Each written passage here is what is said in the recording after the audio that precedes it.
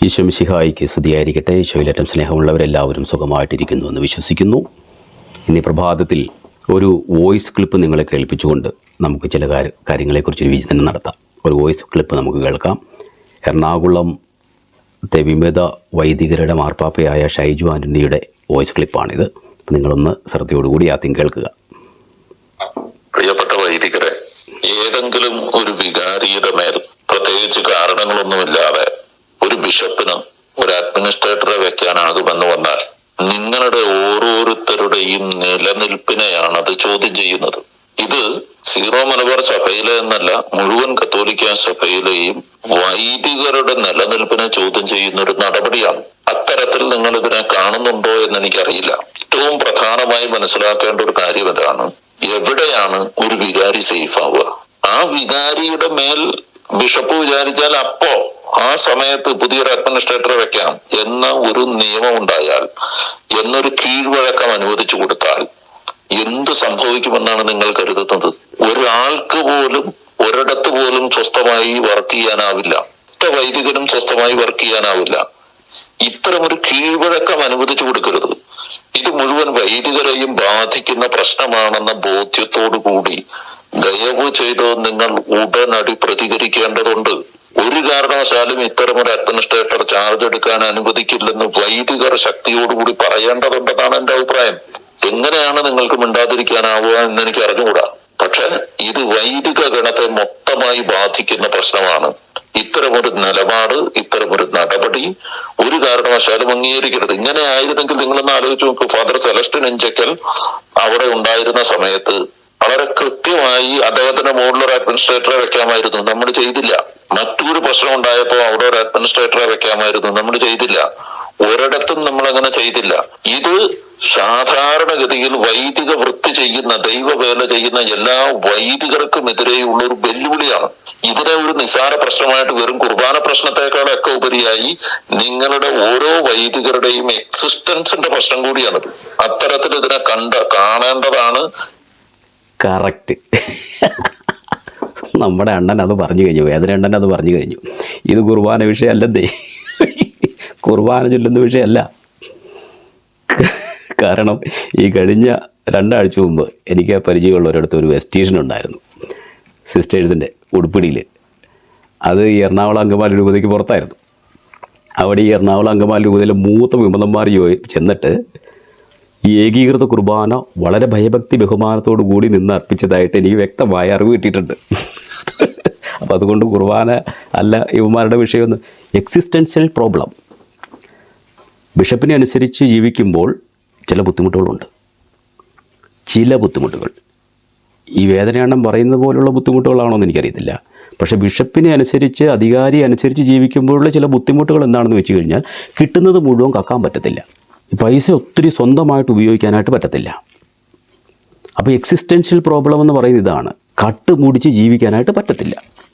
ഇങ്ങനൊരു വിഷയമുണ്ട്. അതില്ലെന്ന് ഞാനും പറയുന്നില്ല, അങ്ങനൊരു വിഷയമുണ്ട്. അപ്പോൾ ഇത് ഈ ഒരു മെത്രാൻ്റെ അധികാരം പുരോഹിതരുടെ മേൽ എന്താണ് എന്ന് ഈ വേദനയണ്ണന് തുലവും അറിയില്ല. അതൊരു പക്ഷേ. പക്ഷേ ഈ ഇത്രയും വർഷം സെമിനാരി പഠിച്ച ഇവന്മാർക്കറിയാമല്ലോ ഒരു മെത്രാൻ്റെ അധികാരം എന്താണെന്ന്. മെത്രാനുമായിട്ടുള്ള ബന്ധം വിച്ഛേദിക്കപ്പെട്ടാൽ പൗരോഹിത്യം പോലും നിലനിൽക്കുന്നില്ല എന്ന് ഈ ഇവന്മാരെ ഇനി ആര് പറഞ്ഞ് പഠിപ്പിക്കാനാണ്? അറിവില്ലായ്മ കൊണ്ടല്ല കേട്ടോ. ഈ എറണാകുളത്തെ വിമത പാതിരിമാർ അറിവില്ലായ്മ കൊണ്ടൊന്നും അല്ല. കാരണം ഡോക്ടറേറ്റൊക്കെ ഉള്ളവർ ഇഷ്ടം പോലെ ഉണ്ട് അതിനകത്ത്. അപ്പോൾ അറിവില്ലായ്മ അല്ല അവരുടെ വിഷയം. ഇതിൻ്റെയൊക്കെ ഒരു എക്സിസ്റ്റൻഷ്യൽ ട്രബിളായിട്ടാണ് നമ്മൾ കാണേണ്ടത്. അതായത് ഈ ഇങ്ങനെ പണം കുന്നുകൂടി കഴിഞ്ഞപ്പോൾ, അതെല്ലാം സ്വന്തമാക്കി മാറ്റിക്കഴിഞ്ഞപ്പോൾ അത് പിന്നെ എന്ത് ചെയ്യണമെന്നറിയാത്തൊരവസ്ഥ വന്നു. ഇത് മൊത്തം ഇങ്ങനെ അടിച്ചു മാറ്റിയേക്കാന്നുള്ളൊരു ചിന്ത വന്നു. ഞാൻ ഈ കഴിഞ്ഞ ദിവസങ്ങളിൽ എറണാകുളം അങ്കമാലി രൂപതയിൽ മങ്കുഴിപ്പിതാവിൻ്റെ കാലഘട്ടം മുതൽ സഭയോട് ചേർന്ന് ആ ഒരു അരമനയിൽ പല പോർട്ട്ഫോളിയോസിലും ഒരുമിച്ച് പ്രവർത്തിച്ച ഒരു അൽമായനുമായിട്ട് സംസാരിക്കാനിടയായി. അദ്ദേഹം കുറേയധികം കാര്യങ്ങൾ എന്നോട് പറഞ്ഞു. സത്യം പറഞ്ഞ് കേട്ട് കഴിഞ്ഞപ്പോൾ കണ്ണു തള്ളി. ഈ കുർബാന ഏകീകരണ വിഷയം, സത്യത്തിൽ ഈ കുർബാന ഏകീകരണത്തിൽ ചർച്ച നടന്നില്ല എന്ന് ഈ വിമതന്മാരെപ്പോഴും പറയുന്നു. ഞങ്ങളോട് ചർച്ച ചെയ്തില്ല എന്നിവർ പറയുന്നുണ്ട്. ഈ കുർബാന ഏകീകരണത്തിലെ ചർച്ച നടന്ന സമയമൊന്നും ആ കാര്യമൊന്നും ഇവന്മാർ അറിഞ്ഞിട്ട് പോലുമില്ല. കാരണം ഇവന്മാർ ഈ പൈസ കക്കുന്നതിൻ്റെ തിരക്കിലായിരുന്നു. അതുകൊണ്ട് കുർബാന ഇവർക്ക് വിഷയമായിരുന്നില്ല. കുർബാന ഏകീകരിക്കാൻ ഒരു പക്ഷേ ഇവർ അറിഞ്ഞിട്ടുണ്ടാവുമെന്ന് സംശയമാണ്. അറിഞ്ഞു വന്ന് ഇപ്പോൾ അറിഞ്ഞ് അത് ഏകീകരിച്ച് കഴിഞ്ഞപ്പോൾ ഇവന്മാർ മറ്റു വിഷയങ്ങളെല്ലാം അവസാനിച്ച് കഴിഞ്ഞപ്പോൾ ഈ കുർബാന വിഷയത്തെ എടുത്ത് ഇവരുടെ താന്തോന്നി തരത്തിന് വേണ്ടിയിട്ട് ഉപയോഗിക്കുന്നു എന്നുള്ളതാണ് കാര്യം. അപ്പോൾ അദ്ദേഹം എന്നോട് പറയുമായിരുന്നു, അച്ഛാ ഇതിൻ്റെ യഥാർത്ഥമായ പ്രശ്നമെന്ന് പറയുന്നത് ഇപ്പോൾ Ernakulam Lisie hospital, LF hospital, പിന്നെ കോർപ്പറേറ്റ് മാനേജേഴ്സ് ഇവരുടെ കയ്യിൽ നിന്ന് ഒരു വർഷം ഏകദേശം 1000 കോടി രൂപയോളമാണ് ഈ ഇടയന്ത്രത്ത് പിതാവിൻ്റെ കരങ്ങളിലേക്ക് വന്നുകൊണ്ടിരുന്നത്. ഈ പണം കുറേയധികമൊക്കെ വീതിച്ച് ഈ വൈദികർക്കും കിട്ടിയിരുന്നു. ഈ പണത്തിൻ്റെ മേൽ അവസാനം ഇത് നമുക്കറിയാം എന്തുകൊണ്ടാണ് ഈ സ്ഥലം വിൽക്കൽ സംഭവമൊക്കെ വന്നത്. ഇതിൻ്റെയൊക്കെ സത്യം വളരെ എന്താ പറയുക, ആളുകൾക്കറിയില്ല. ഇവർ പറയുന്ന നുണ മാത്രമേ ആളുകൾക്കറിയുള്ളൂ. ലിസി ഹോസ്പിറ്റൽ പോലെ ജനം കയറുന്ന, രോഗികൾ കയറുന്ന ഒരു ഹോസ്പിറ്റൽ കേരളത്തിൽ വേറെ ഒന്നുമില്ല. ആ ഹോസ്പിറ്റൽ കടത്തിലായി എന്ന് പറയുന്നു. എന്നിട്ട് ആ ഹോസ്പിറ്റൽ ജിഹാദികൾക്ക് വിൽക്കാനായിട്ട് തീരുമാനിക്കുന്നു. ആ വിൽപ്പനയെ തടയുകയാണ് ആലഞ്ചേരി പിതാവ് ചെയ്തത്. കാരണം സഭയുടെ ഹോസ്പിറ്റൽ വിൽക്കണ്ട എന്നുള്ള തീരുമാനം. അപ്പോൾ ഇവരെല്ലാവരും കൂടി എടുത്ത തീരുമാനമാണ് അങ്ങനെയെങ്കിലും ഒരു കാര്യം കടം വീട്ടാൻ എന്ത് ചെയ്യുമെന്നൊരു ചിന്ത വരുന്നു. ആ കടം വീട്ടാനുള്ള ചിന്തയിലാണ് സ്ഥലം വിൽക്കാൻ തീരുമാനിക്കുന്നത്. സത്യത്തിൽ കൃത്രിമമായി ഉണ്ടാക്കിയ കടമായിരുന്നു. ലിസി ഹോസ്പിറ്റൽ കടത്തിലല്ല. ആ ഹോസ്പിറ്റലിൽ കൃത്രിമമായിട്ട് മാനിപ്പുലേറ്റ് ചെയ്ത് പണം മുഴുവൻ അടിച്ചു മാറ്റിയതിൻ്റെ ഫലമായിട്ടുണ്ടായ കടം. ആ കടബാധ്യതയെ മറികടക്കാൻ വേണ്ടി സ്ഥലം വയ്ക്കാൻ തീരുമാനിക്കുന്നു. അത് ഭയങ്കരമായൊരു ഗൂഢാലോചനയായിരുന്നു. ആ ഗൂഢാലോചനയുടെ അവസാനം ആലഞ്ചേരി പിതാവിനെ അവർ കൊടുക്കുകയും ചെയ്തു. അത്രത്തോളം കൂർമ്മ ബുദ്ധി ഉപയോഗിക്കാനായിട്ട് ആലഞ്ചേരി പിതാവിന് സാധിച്ചില്ല. അപ്പോൾ ആ കച്ചവടത്തിൻ്റെ കാര്യങ്ങളൊക്കെ നടക്കുന്നത് അങ്ങനെയാണ്.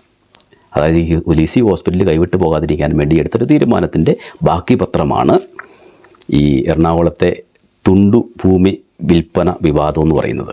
അല്ലാണ്ട് വേറെ കാര്യങ്ങളൊന്നും അതിനകത്തില്ല.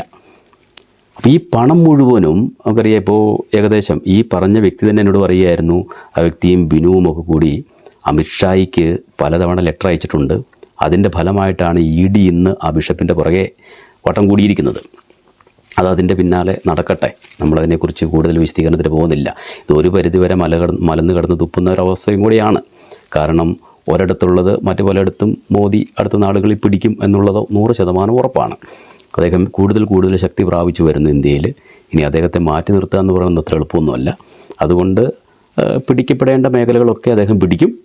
അത് ഇപ്പോൾ ഈ പറയുന്ന മെത്രാൻ്റെ പിന്നാലെ നടക്കുകയാണ്. അപ്പോൾ അതിൻ്റെ പ്രോസസ്സ് അനുസരിച്ച് നടക്കുകയും ചെയ്യും. അപ്പോൾ ഇങ്ങനെ ഈ പണം ഇങ്ങനെ കൈകളിലേക്ക് വന്നു കഴിഞ്ഞപ്പോൾ ഉണ്ടല്ലോ, ഇതിങ്ങനെ എന്ത് ചെയ്യണമെന്നറിയാതെ, അത് കൊച്ചച്ചന്മാർക്കും വലിയച്ചന്മാർക്കും എന്നല്ല, എല്ലാവരും ഇങ്ങനെ പണം വന്ന് കയറിയതിൻ്റെ ഫലമായിട്ട് ആ പണത്തോടൊപ്പം എല്ലാ ദുർജീവിത അവസ്ഥകളും വന്നു ചേർന്നു. എല്ലാ പാപങ്ങളും ഈ പണത്തോടൊപ്പം വന്നു ചേർന്നു. ഈ പണത്തിൻ്റെ വ്യവഹാരത്തെ നിയന്ത്രിക്കാനായിട്ട് ആലഞ്ചേരി പിതാവ് ശ്രമിച്ചതാണ് ആലഞ്ചേരി പിതാവിനെ ഈ കൊടുക്കാനുള്ള കാരണം. യഥാർത്ഥ കാരണം അതാണ്. ഈ പണത്തിൻ്റെ വ്യവഹാരം ഇവരുടെ കയ്യിലിരുന്നത് നഷ്ടപ്പെട്ടു പോകാതിരിക്കാൻ വേണ്ടിയിട്ടാണ് ഈ കളി മുഴുവൻ കളിക്കുന്നത്. വേറെ യാതൊരു കാര്യം. അതുകൊണ്ടാണ് ഈ എറണാകുളം അങ്കമാലി രൂപതയെ ഞങ്ങൾക്കൊരു സഭയാക്കി ഇങ്ങ് തരാനൊക്കെ ഈ പറയുന്നത്. പരിശുദ്ധ കുർബാനയല്ല ഇവരുടെ വിഷയം. അത് ഈ വേദനയാണെന്ന് ഇപ്പോൾ പറഞ്ഞു കഴിഞ്ഞു. പരിശുദ്ധ കുർബാനയല്ല വിഷയം. ഇവർക്ക് എങ്ങനെയെങ്കിലും, അതായത് ഞാൻ ചോദിക്കട്ടെ, ഇദ്ദേഹം പറയുകയാണ് ഒരു വൈദികൻ എങ്ങനെയാണ് ഒരു ബിഷപ്പിൻ്റെ കീഴിൽ ഇങ്ങനെ സ്വസ്ഥമായിട്ട് ജീവിക്കാൻ പറ്റുക. എൻ്റെ പൊന്നു സഹോദര, എറണാകുളത്ത് നിങ്ങളുടെ വൈദികരെന്ന് പറയുന്ന വിമതന്മാർക്ക് മാത്രമേ ടെൻഷനുള്ളൂ. ഞങ്ങൾ കത്തോലിക്ക സഭയിൽ ഒരു പുരോഹിതർക്ക് ഈ ടെൻഷനില്ല. ഞങ്ങളുടെ പിതാക്കന്മാരുടെ കീഴിൽ സുരക്ഷിതരാണ്, ഞങ്ങൾ സന്തുഷ്ടരാണ്. ഞങ്ങളെ ഇന്ന് ഞാനിരിക്കുന്ന ഈ കസേരയിൽ തന്നെ മാറ്റി അപ്പുറം വേറൊരു സ്ഥലത്തേക്ക് വെച്ചാൽ, ഇതിലും താഴെയുള്ളൊരു സ്ഥലത്തേക്ക് വെച്ചാൽ, അല്ലെങ്കിൽ ഏറ്റവും താഴത്തുള്ളൊരു സ്ഥലത്തേക്ക് വെച്ചാൽ പൂർണ്ണ സന്തോഷത്തോടു കൂടി ഞാൻ ഇവിടുന്ന് പോകും. ഇതിന് ആ ഒബീഡിയൻസ് എന്ന് പറഞ്ഞ് ഞങ്ങൾ പിതാവിൻ്റെ മുമ്പിൽ മുട്ടുകുത്തി വാക്ക് കൊടുത്തു. ഒബീഡിയൻസ്, അനുസരണം. അനുസരിച്ചോളാമെന്ന് പറഞ്ഞാണ് ഞങ്ങൾ പുരോഹിതരായത്. ഇനി ഈ അനുസരിക്കുന്നതുകൊണ്ട് ഞങ്ങൾ വല്ലാതെ കഷ്ടപ്പാടിലാന്ന് ഈ വേദനയെണ്ണം പറഞ്ഞു വയ്ക്കുക. എങ്ങനെ ജീവിച്ച് മുന്നോട്ട് പോകാൻ പറ്റുമെന്ന നാണമുണ്ടോ പുരോഹിതരെ നിങ്ങൾക്ക്? ഈ വാക്ക് കേട്ടിട്ട് എനിക്ക് നാണം വരുന്നുണ്ട്. എന്നാ കാരണം അറിയോ? നമുക്ക് ഭക്ഷണത്തിന് മുട്ടുണ്ടോ? പറഞ്ഞേ, നമുക്ക് എവിടെയാണ് ഭക്ഷണത്തിന് മുട്ട്? നമുക്ക് ഭക്ഷണത്തിന് വേണ്ടി നമുക്ക് വല്ലാണ്ട് അധ്വാനിക്കേണ്ട ആവശ്യമുണ്ടോ? സഭ നമ്മളെ കരുതുന്നത് പോലെ ഈ ലോകത്തിൽ ഒരു പ്രസ്ഥാനവും ആരെയും കരുതുന്നില്ല. സഭ വൈദികരെ കരുതുന്നത് പോലെ കരുതുന്ന ലോകത്തിൽ ഒരൊറ്റ പ്രസ്ഥാനം പോലുമില്ല. മറ്റൊരു കൊച്ചുദാഹരണം ഞാൻ നിങ്ങളോട് പറയാം. ഇപ്പോൾ ഒരു വലിയ മാരകമായൊരു രോഗം എനിക്ക് പറ്റുന്നു. ലക്ഷക്കണക്കിന് കോടിക്കണക്കിന് രൂപ അതിൻ്റെ ചികിത്സയ്ക്കായിട്ട് ചിലവ് വരുന്നു. ഞാൻ ലോൺ എടുക്കാൻ പോകേണ്ട ആവശ്യമൊന്നും എനിക്കില്ല. എൻ്റെ സഭ എന്നെ കരുതും. എൻ്റെ ട്രീറ്റ്മെൻറ്റിന് ആവശ്യമായ മുഴുവൻ പണവും എൻ്റെ സഭ എനിക്ക് തരും. അതിനുവേണ്ടി എൻ്റെ ബിഷപ്പാണ് തീരുമാനമെടുക്കുക. ഒരു വൈദികനും പണമില്ലാത്തതിന് പേരിൽ ചികിത്സ നിഷേധിക്കപ്പെട്ടിട്ടില്ല. ഒരു വൈദികനും ഭക്ഷണത്തിന് മുട്ടുണ്ടായിട്ടില്ല. ഒരു വൈദികനും ഒരു ജീവിത സൗകര്യങ്ങളുടെയും മുട്ടുണ്ടായിട്ടില്ല. സ്വന്തമായി വാഹനമില്ലാത്ത എത്ര വൈദികരെ നിങ്ങൾക്ക് കാണിച്ചു തരാനായിട്ട് സാധിക്കും? വിരലിലെണ്ണാവുന്ന വൈദികർ കാണുമായിരിക്കും. വിരലിലെണ്ണാവുന്ന വൈദികർ. വാഹനങ്ങളാകട്ടെ, ജീവിത സൗകര്യങ്ങളാകട്ടെ, ജീവിക്കാനുള്ള വീട് സൗകര്യങ്ങളാകട്ടെ, ഭക്ഷണമാകട്ടെ, വസ്ത്രമാകട്ടെ, എന്തിനാണൊരു പുരോഹിതന് മുട്ടുള്ളത്? ഒന്നിനും മുട്ടില്ല. ഇത് ഞങ്ങൾ കത്തോലിക്ക സഭയിലെ വൈദികർക്ക് എല്ലാം ഇങ്ങനെയാണ്. എറണാകുളത്തെ വിമതന്മാർക്ക് മാത്രം അങ്ങനെയല്ല. എക്സിസ്റ്റൻഷ്യൽ ക്രൈസിസാണത്. Existential crisis. കാരണം ഈ പണം എങ്ങനെയെങ്കിലും ഒന്ന് സ്വന്തം കൈക്കലാക്കണം. രൂപതയുടെ സമ്പത്ത് സ്വന്തം കൈക്കലാക്കണമെന്നാണ്. അതിൻ്റെ കഴിഞ്ഞ ദിവസം ഞാൻ പനവേലി എന്ന് പറയുന്ന ജെയിംസ് പനവേലിയുടെ അദ്ദേഹം ഇങ്ങനെ എന്താ പറയുക, വിശ്വാസികളെ വല്ലാണ്ട് ഇങ്ങനെ കോരിത്തെരിപ്പിക്കുന്നൊരു പ്രസംഗം പറയുകയാണ്. ഞാൻ നിങ്ങളുടെ മുമ്പിൽ നിൽക്കുന്നു, ഞാൻ നിങ്ങളെ അനുസരിക്കാൻ തയ്യാറാണ്, പക്ഷേ എൻ്റെ ബിഷപ്പിനെ ഞാൻ അനുസരിക്കാൻ തയ്യാറല്ല. കാരണം അവരൊക്കെ ഭയങ്കര ഭീകരന്മാരും കൊള്ളക്കാരും ഒക്കെ ആയതുകൊണ്ട് അവരെ ഞാൻ അനുസരിക്കത്തില്ല. അങ്ങനെ അനീതി നിറഞ്ഞൊരു അധികാരത്തെ അനുസരിക്കുന്നേക്കാൾ നിങ്ങൾ വിശ്വാസികളെ അനുസരിക്കാൻ ഞാൻ തയ്യാറാണ്. നിങ്ങൾ എൻ്റെ അക്കൗണ്ടൊക്കെ ചെക്ക് ചെയ്യുക, അത് സുതാര്യമാണ്. എത്ര പിതാക്കന്മാർ ഇത് സമ്മതിക്കുമെന്ന്. ആ ഒരു കാര്യത്തിൽ ഞാൻ പനവേലിയോട് ചേർന്ന് നിൽക്കുന്നു. ഇടയന്ത്രത്തിൻ്റെ അക്കൗണ്ട് ചെക്ക് ചെയ്യ്. നിങ്ങൾ വിശ്വാസികൾ എല്ലാവരും കൂടി പോയി ചെക്ക് ചെയ്യ്. നമുക്കറിയാം. എൻ്റെ പ്രിയമുള്ളവരെ, ഈ ഒരു വൈദികൻ, ഒരു വ്യക്തി വൈദികനാകുന്നതിനുള്ള ബേസിക് ക്വാളിഫിക്കേഷൻ എന്താണ്? ഞാൻ പലപ്പോഴും അച്ഛന്മാരെ അല്ലെങ്കിൽ സിസ്റ്റേഴ്സിനെ, ബ്രദേഴ്സിനെയൊക്കെ ധ്യാനിപ്പിക്കുമ്പോൾ അവർ പറഞ്ഞു കൊടുക്കാറുണ്ട്. ബേസിക് ക്വാളിഫിക്കേഷൻ, ഒരുത്തിന് വൈദികനാകാനുള്ള ബേസിക് ക്വാളിഫിക്കേഷൻ എന്ന് പറയുന്നത് BTH പാസ്സാകുക എന്നുള്ളതാണ്. BTH, ബാച്ചിലർ ഓഫ് തിയോളജി എന്ന് പറയും. BTH പാസ്സായിരിക്കണം. പക്ഷെ ഞാനതിനെ ധ്യാനിപ്പിക്കുമ്പോൾ ഞാൻ പറഞ്ഞു കൊടുക്കുന്നത് വേറൊരു വിധത്തിലാണ്. BTH. ബി എന്ന് പറഞ്ഞാൽ ബിയാറ്റിറ്റ്യൂഡ്, എളിമ, വിനയം. ഈ ബിയാറ്റിറ്റ്യൂഡ്, ഈ എളിമ, വിനയം ഉള്ളവർക്ക് മാത്രമേ, ഇതിനെ ഞാൻ ഡയറക്റ്റ് കണക്ട് ചെയ്യുന്ന വോ ഓഫ് ഒബീഡിയൻസിലേക്കാണ്. എളിമയും വിനയവും ഇല്ലാത്തവന് ഒബീഡിയൻസ്, അനുസരണം സാധ്യമല്ല. അപ്പോൾ ഒബീഡിയൻസ്, അനുസരണം, വിനയം, എളിമ, ഇതൊക്കെ വേണം. അത് പിതാക്കന്മാരുടെ അധികാരികളോട് വേണം. ബേസിക് ക്വാളിഫിക്കേഷനാണ് ഒരു പുരോഹിതൻ്റെ. രണ്ടാമത് വരുന്നതാണ് BTHൻ്റെ ടി എന്ന് പറഞ്ഞാൽ ഞാനതിനെ കണക്ട് ചെയ്യുന്നത് ട്രൂത്ത്ഫുൾനെസ്, സത്യസന്ധതയിലേക്കാണ്. ട്രൂത്ത്ഫുൾനെസ്. BTHൻ്റെ ടി എന്ന് പറഞ്ഞാൽ തിയോളജി, ബാച്ചിലർ ഓഫ് തിയോളജി, അതിൻ്റെയാണ് BTH. പക്ഷേ ഞാനതിനെ കണക്ട് ചെയ്യുന്നത് ട്രൂത്ത്ഫുൾനെസ് ആണ്, സത്യസന്ധത. ഈ ട്രൂത്ത്ഫുൾനെസ് ആണ് വൗ ഓഫ് പോവർട്ടിയുമായിട്ട് ഞാൻ കണക്ട് ചെയ്യാറ്. ഈ ട്രൂത്ത്ഫുൾനെസ് വൗ ഓഫ് പോവർട്ടിയുമായിട്ട് എങ്ങനെ കണക്ട് ചെയ്യുക? അതായത് സഭയ്ക്ക് പണമില്ല എന്നുള്ളതല്ല. അപ്പോൾ ഒത്തിരി പേർ എന്നോട് ചോദിക്കുന്ന ചോദ്യമാണ് വൗ ഓഫ് പോവർട്ടി. ദാരിദ്ര്യം വ്രതമായിട്ട് എടുക്കുന്ന നിങ്ങൾ കോടിക്കണക്കിന് കാശുള്ളവരല്ലേ? ഒരു വല്ലാത്ത വിരോധാഭാസമാണ്. ഈ ലോകത്തിൽ ഒത്തിരി പേര് ചോദിക്കുന്നൊരു കാര്യമാണ്. ദാരിദ്ര്യം വ്രതമായിട്ടെടുക്കുന്ന നിങ്ങൾക്ക് ഉള്ളത്ര പണം ഇന്ന് ലോകത്തിൽ ആർക്കാ ഉള്ളത്? അപ്പോൾ നിങ്ങൾ പറയുന്നത് നുണയല്ലേ എന്ന് ചോദിക്കുന്നത്. നുണയല്ലിത്. ഇതൊരു ആത്മീയ ദാരിദ്ര്യമാണ്. ഈ ദാരിദ്ര്യം എന്താണെന്ന് പലർക്കും അറിയില്ല, സാധാരണക്കാർക്കറിയില്ല. ഇതിങ്ങനെയാണ് സത്യസന്ധത. അതായത് കോടിക്കണക്കിന് രൂപ സഭയ്ക്കുണ്ടാവാം. ഇപ്പം ഞാൻ സഭയുടെ ഒരു അംഗമെന്ന നിലയിൽ എൻ്റെ ബിഷപ്പ് അല്ലെങ്കിൽ തിരുസഭ എൻ്റെ കയ്യിലേക്ക് ഒരു 100 കോടി രൂപ വെച്ച് തരുന്നു. ഒരു പ്രത്യേക പ്രവൃത്തിക്ക് വേണ്ടിയിട്ട്, അല്ലെങ്കിൽ അത് വിനിയോഗിക്കാനുള്ള ലക്ഷ്യമുണ്ട്. ഇപ്പോൾ പാവങ്ങളെ സഹായിക്കുക, നമുക്കറിയാവുന്ന പോലെ സേവ് എ ഫാമിലി പ്രോജക്റ്റ്, ഒരു കുടുംബങ്ങളെ സഹായിക്കുക. അങ്ങനെ ഒരു 1000 കോടി രൂപ എൻ്റെ കയ്യിലേക്ക് വെച്ച് തരുന്നു. ഓരോ കുടുംബങ്ങളെ സഹായിക്കാൻ വേണ്ടിയിട്ടാണ്. ഞാൻ അത് വിനിയോഗിക്കാം. 1000 കോടി രൂപയും എനിക്ക് വിനിയോഗിക്കാം. അപ്പോൾ ഞാൻ ദരിദ്രനൊന്നുമല്ല. 1000 കോടി രൂപ എൻ്റെ കയ്യിലുണ്ട്. പക്ഷേ ആ 1000 കോടി രൂപയ്ക്കും വ്യക്തവും കൃത്യവും സത്യസന്ധവുമായ അക്കൗണ്ട് ഉണ്ടായിരിക്കണം. ഇതിനെയാണ് ട്രൂത്ത്ഫുൾനെസ് അല്ലെങ്കിൽ വൗ ഓഫ് പോവർട്ടി എന്ന് പറയുന്നത്. യഥാർത്ഥ സത്യസന്ധതയുള്ളവർക്ക് മാത്രമേ ദാരിദ്ര്യം വ്രതമായിട്ട് സ്വീകരിക്കാനായിട്ട് പറ്റുള്ളൂ. ദാരിദ്ര്യം വ്രതമായിട്ട് എടുക്കണമെങ്കിൽ, ഇത് ഞാൻ പണ്ടൊരിക്കലൊരു വൈദികരുടെ കൂട്ടായ്മയിൽ ഞാനിത് പ്രസംഗിച്ചപ്പോൾ ഞാൻ എൻ്റെ പട്ടത്തിൻ്റെ അന്ന് എൻ്റെ ബിഷപ്പിനോട് പറഞ്ഞതാണ്. പട്ടം കഴിഞ്ഞ ശേഷം എൻ്റെ ബിഷപ്പിൻ്റെ അടുത്ത് ഞാൻ റിക്വസ്റ്റ് ചെയ്തു, ഞാനൊരിക്കലും രൂപതയുടെ പണം കൈകാര്യം ചെയ്യില്ല, ആത്മീയ ശുശ്രൂഷ മാത്രമേ കൈകാര്യം ചെയ്ത് അതിനെ അനുവദിക്കണമെന്ന് പിതാവ് ചോദിച്ചു. അങ്ങനെ പിതാവ് എന്നെ അനുവദിക്കുകയും ചെയ്തു. ആത്മീയ ശുശ്രൂഷ മാത്രമേ ഉള്ളൂ. രൂപതയുടെ പണം 1 രൂപ പോലും ഞാൻ കൈകാര്യം ചെയ്തിട്ടില്ല ഇന്ന് വരെ. എൻ്റെ പട്ടം കഴിഞ്ഞിട്ട് ഇന്ന് വരെ അക്കൗണ്ട് കൊടുക്കേണ്ടാത്തൊരു വൈദികനാണ് ഞാൻ. അതായത് ഞാൻ പണം കൈകാര്യം ചെയ്യാറില്ല. ഇവിടുത്തെ പണം കൈകാര്യം, ഇവിടുത്തെ കാര്യങ്ങളെല്ലാം കൈകാര്യം ചെയ്യുന്നത് ഇവിടുത്തെ വികാരിയച്ഛനാണ്. ഞാൻ കൈകാര്യം ചെയ്യാറില്ല. ഇന്ന് വരെ കൈകാര്യം ചെയ്തിട്ടില്ല. മരണം വരെ സമ്പത്ത് കൈകാര്യം ചെയ്യരുത്, പണം കൈകാര്യം ചെയ്യരുതെന്ന് ആഗ്രഹിക്കുന്നൊരു വ്യക്തിയാണ്. അപ്പോൾ ഞാനിത് പ്രസംഗം പറഞ്ഞപ്പോൾ അതിലൊരു വൈദികൻ എഴുന്നേറ്റ് എന്നോട് പറഞ്ഞു, അച്ഛനാദ്യം പണം കൈകാര്യം ചെയ്തിട്ട് സത്യസന്ധമായിട്ട് കൈകാര്യം ചെയ്തിട്ട് കാണിച്ചതാ, എന്നിട്ട് ഞാൻ വിശ്വസിക്കാമെന്ന്. അങ്ങനെ അദ്ദേഹം എന്നോട് പറഞ്ഞു, ആദ്യം കൈകാര്യം ചെയ്തിട്ട് കാണിച്ചു തരാൻ. അപ്പോൾ കൈകാര്യം ചെയ്യുമ്പോൾ അത്ര എളുപ്പമല്ല എന്ന് അദ്ദേഹം എന്നോട് പറഞ്ഞു. എന്തോ ആകട്ടെ, പക്ഷേ സത്യസന്ധമായിട്ട് സഭയുടെ പണം, സഭ നമ്മുടെ കയ്യിലേക്ക് വെച്ചിരിക്കുന്ന സമ്പത്ത് വ്യവഹാരം ചെയ്ത് കൃത്യമായ അക്കൗണ്ടിങ് നടത്തി അതേത് പർപ്പസിന് വേണ്ടിയിട്ടാണോ സഭ നമ്മെ ഏൽപ്പിച്ചിരിക്കുന്നത് അത് അപ്രകാരം വിനിയോഗിക്കുന്നതിനാണ് ദ വൗ ഓഫ് പോവർട്ടി എന്ന് പറയുന്നത്. ഇതെൻ്റെ അല്ല, സഭയുടെ പണമാണ്. ഈ സമ്പത്ത് സഭയുടേതാണ്. സഭയുടെ എന്ന് പറഞ്ഞാൽ സഭയുടെ മക്കൾക്ക് വേണ്ടിയിട്ടുള്ളതാണ്. ആവർത്തിച്ച് പലപ്പോഴും ഞാൻ പറയാറുണ്ട്, സഭയുടെ മക്കളുടെ വിശപ്പ് മാറ്റുന്നതിനുള്ള പണമാണ്, അല്ലെങ്കിൽ ഏതെങ്കിലും വൈദികൻ്റെയോ ഏതെങ്കിലും മെത്രാൻ്റെയോ അക്കൗണ്ടിൽ കിടക്കേണ്ട പണമല്ലിത്. സ്പഷ്ടമാണ്. ഈ പണത്തിൻ്റെ പിന്നാലെ കേരള സഭ പോയപ്പോഴാണ് എറണാകുളം പോലെയുള്ള വിഷയങ്ങളുണ്ടാകുന്നത്. മൂലകാരണം സമ്പത്താണ്. സമ്പത്ത് ഗ്രാബ് ചെയ്യുന്നതിലെ ഞാൻ കഴിഞ്ഞ വീഡിയോയിൽ പറഞ്ഞിരുന്നല്ലോ, സമ്പത്ത് കുടുംബസ്വത്ത് ഭാഗം വയ്ക്കുന്നതിൻ്റെ പ്രശ്നമാണ് ഇവരുടെ ഇടയിലുള്ളത്. ഈ ഭാഗം വയ്ക്കൽ, അതായത് സമ്പത്ത് കൈകാര്യം ചെയ്യുന്നതിൽ നിന്ന് തങ്ങൾ മാറ്റി നിർത്തപ്പെടുമോ എന്നുള്ള ഭയമാണ് ഈ എറണാകുളത്തെ വൈദികരെ സഭയ്ക്കെതിരെ തിരിയാനായിട്ട് പ്രേരിപ്പിച്ചത്. അല്ലാണ്ട് പരിശുദ്ധ കുർബാനയല്ലായിരുന്നു. പരിശുദ്ധ കുർബാനയുടെ വിഷയമല്ലെന്ന് വേദനയെണ്ണം തന്നെ പറയുന്നു. വിഷയമല്ല, ഇവർക്ക് വിഷയമല്ല. കാരണം ഇവർ രൂപത വിട്ട് പുറത്തു പോയാൽ വളരെ ഭംഗിയായിട്ട് മിടുക്കന്മാരായിട്ട് നല്ല കുഞ്ഞുങ്ങളെ പോലെ ഇവർ ഏകീകൃത കുർബാന അർപ്പിച്ചിട്ടുണ്ട്. കഴിഞ്ഞ ആഴ്ച അർപ്പിച്ചിട്ടുണ്ട്. നിങ്ങൾ ഈ സമ്പത്തിന് വേണ്ടിയിട്ട് സാധാരണ വിശ്വാസികളുടെ ജീവിതം ഇല്ലാതാക്കരുത്.